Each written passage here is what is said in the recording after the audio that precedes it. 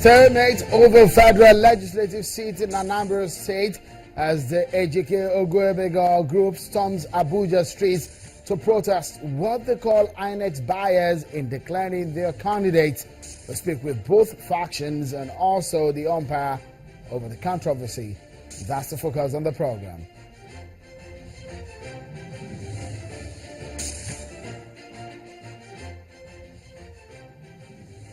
We're glad to have you join us, everyone, this Wednesday on Politics Today on Channels Television, the nation's news leader. We are reaching you live from our global headquarters in Lagos. I'm Sheon Wakimbaloye. The streets of Abuja receive solidarity and protest songs as some PDP members take their grievances to the doorstep of INEC. Well, let me take a pause on these and allow you to have a feel of the latest political stories that we are following at this time. Political roundup on Channels Television. Here are your top political stories this time.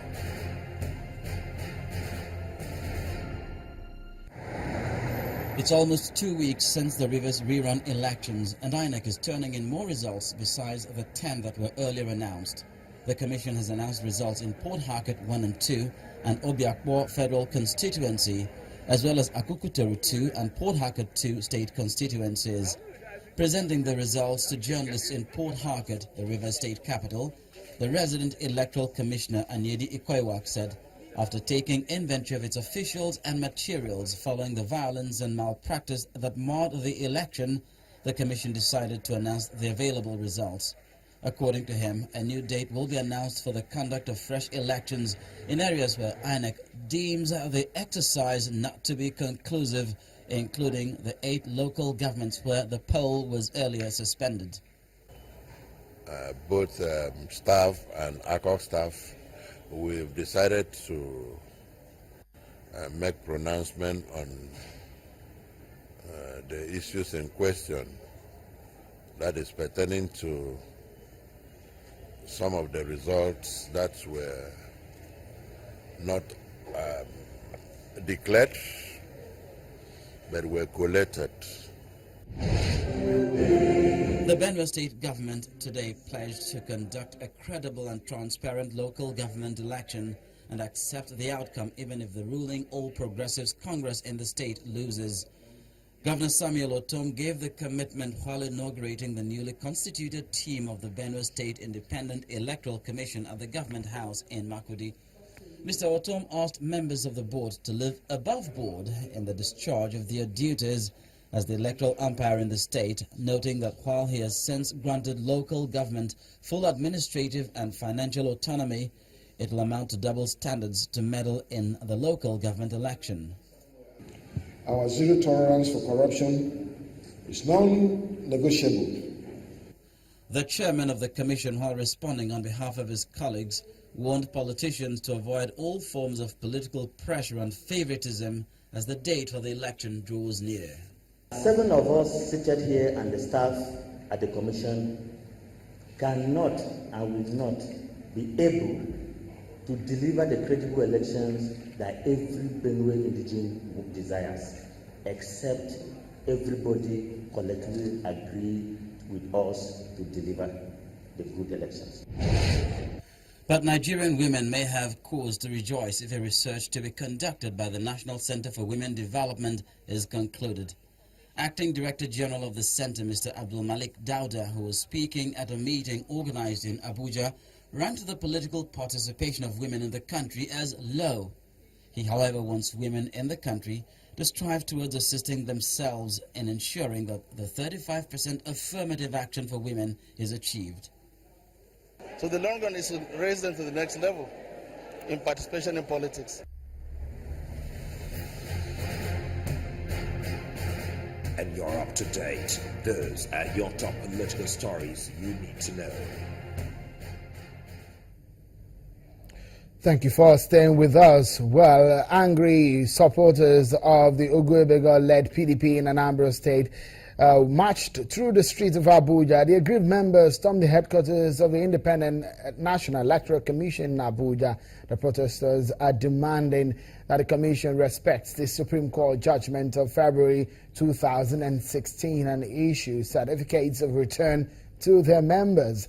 The protesters, who were prevented by security officials from gaining access into INEC's premises, expressed concern over what they described as INEC's delay and reluctance to show respect for the rule of law.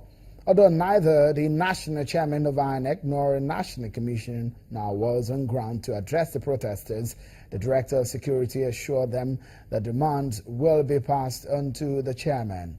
The controversy didn't start today. Let me quickly take you through the journey of this long-drawn battle. Well, it's perhaps the court case that we know perhaps it started on in September of 2013, where the Federal High Court ordered the PDP and INEC to recognize and deal with the Ogwebego-led state executive. Well, in 2014, in October, INEC wrote PDP recognizing Ogwebego as the chairman of Anambra PDP. Well, the Ken Emeka filed a suit seeking extension of tenure to 2017. That is on the 6th of November 2014. But later on, the Federal High Court nullified Emeka's case.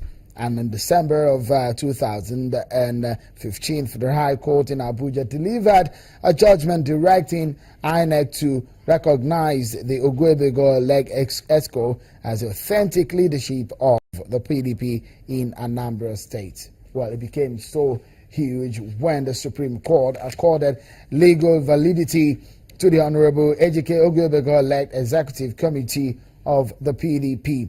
Well, in February 24 of 2016, the Supreme Court declined an appeal urging it to interpret its judgment on Anambra PDP leadership for lack of jurisdiction. And that's when INEC approached the Supreme Court to help interpret the Supreme Court judgment. Well, what we saw today on the streets of Abuja is the Ogwebego group protesting in Abuja, asking INEC to declare its members as a rightful beneficiaries. But then a big question now is, who are the rightful occupants of the federal legislative seat in Anambra State? You can see some of their faces there, and one will be asking the big question. You can see Senator Stella Odua, Senator Andy Oba, Senator Annie Okonkwo, and all of them there. A lot of people will be asking, what exactly is the way to go on this matter? This stalemate seems to have been long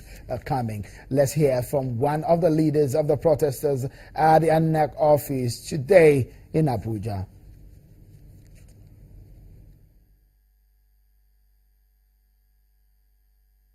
Our appeal to the Supreme Court was decided on the 29th of January 2016, and the appeal succeeded. Setting aside the decision of the Court of Appeal and upholding the judgment of the Federal High Court, we wrote INEC, requesting them to comply with the decision of the Supreme Court that upheld the earlier judgment of the Federal High Court, which brought our names in.